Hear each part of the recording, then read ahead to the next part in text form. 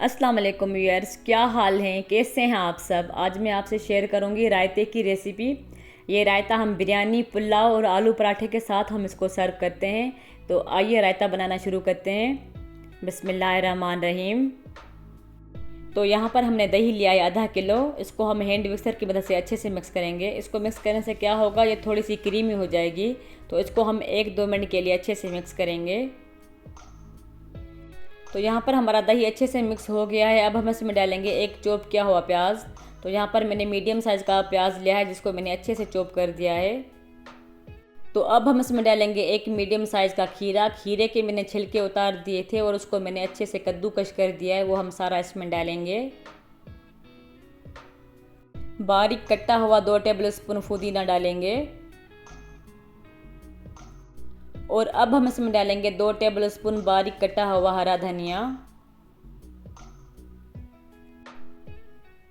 और अब हम इसमें डालेंगे 2 अदद हरी मिर्च, जिसको मैंने बारीक सा चॉप कर दिया है।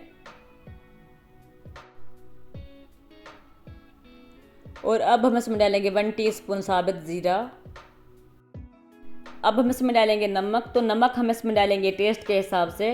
तो फ्रेंड्स, आप नमक का बहुत ज़्यादा ख्याल रखेंगे, क्योंकि ये रायता हम बिरयानी और पुलाव के लिए बना रहे होते हैं, तो उन चीज़ों में भी नमक होता है। तो हम नमक का बहुत ज़्यादा ख्याल रख कर हम इसमें डालेंगे। अब हम तमाम मसालों को अच्छे से मिक्स करेंगे। तो फ्रेंड्स, आप इस रेसिपी को ज़रूर ट्राई कीजिएगा। ये रायता आप अपने बच्चों को भी आराम से दे सकते हैं, क्योंकि मैंने इसमें ज़्यादा स्पाइसी नहीं डाली है। तमाम मसालों को मैंने अच्छे से मिक्स कर दिया है। अब हम इसके ऊपर थोड़ा सा चाट मसाला डालेंगे, इससे इसका फ्लेवर और भी अच्छा हो जाता है।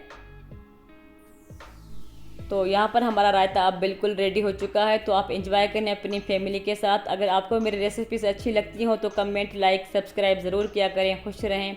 अल्लाह हाफ़िज़।